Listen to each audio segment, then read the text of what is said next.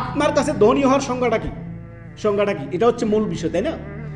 রাসূলুল্লাহ সাল্লাল্লাহু আলাইহি সাল্লাম বলছেন ওই ব্যক্তি হচ্ছে প্রকৃত ধনী, যার কাছে একদিনের আহার যার ঘরে রয়েছে, খাবার একদিনের, খাবার দাবার আছে একদিনের, আর যার আল্লাহ তাআলা সুস্বাস্থ্যতা দিয়েছেন, আর যার থাকার জন্য বাসস্থান আছেন, মাথা গোজার ঠাঁই রয়েছেন, সেই হচ্ছে প্রকৃত ধনী, সেই হচ্ছে প্রকৃত কি ধনী।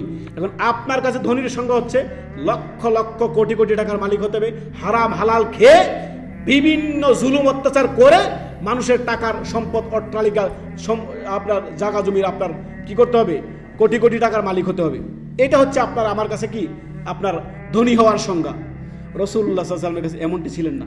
আপনি একটু চিন্তা করেন তো, ধরুন আপনার এলাকার সবচেয়ে বড় ধনাঢ্য ব্যক্তি, তার কাছে কোটি কোটি টাকা রয়েছে, তার বাড়িতে হাজার লক্ষ আইটেমের খাবার, রকমারি খাবার তার বাড়িতে ব্যবস্থা আছে। ওই ব্যক্তি এমন অসুস্থ, সে বিছানার সাথে শয্যাশায়ী, হসপিটালের বেডে শুয়ে আছে, তার এই লক্ষ লক্ষ কোটি কোটি টাকা 5 পয়সার কামে আসবে? টাকা পয়সা ব্যাংক ব্যালেন্সের অভাব, কোটি কোটি টাকার মালিক আপনার এলাকার ধনাঢ্য ব্যক্তি, অথচ সে হসপিটালের বেডে শুয়ে আছে, বিভিন্ন আপনার দুরারোগ্যে সে ভুগতেছে, কিংবা এমন অসুস্থ সে বিছানা থেকে উঠতে পারে না।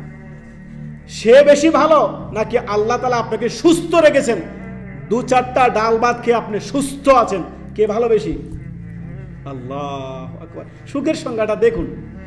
এই জন্য মাঝে মধ্যে আপনি যদি আল্লাহর শুকরিয়া আপনি জানতে চান, আল্লাহর শুকরিয়া অন্তর থেকে প্রকাশ করতে চান, মাঝে মধ্যে আপনি কি করবেন, কবরস্থান ভিজিট করবেন।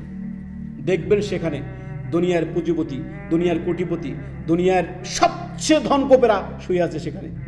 রাসূলুল্লাহ সাল্লাল্লাহু আলাইহি ওয়াসাল্লাম এই কথাই বলেছেন, জুরুল কবর, তোমরা কবর জিয়ারত করো, ফা ইন্নাহা তুযাক্কিরুকুমুল আখিরা, এতে করে তোমাদের পরকাল স্মরণ হবে।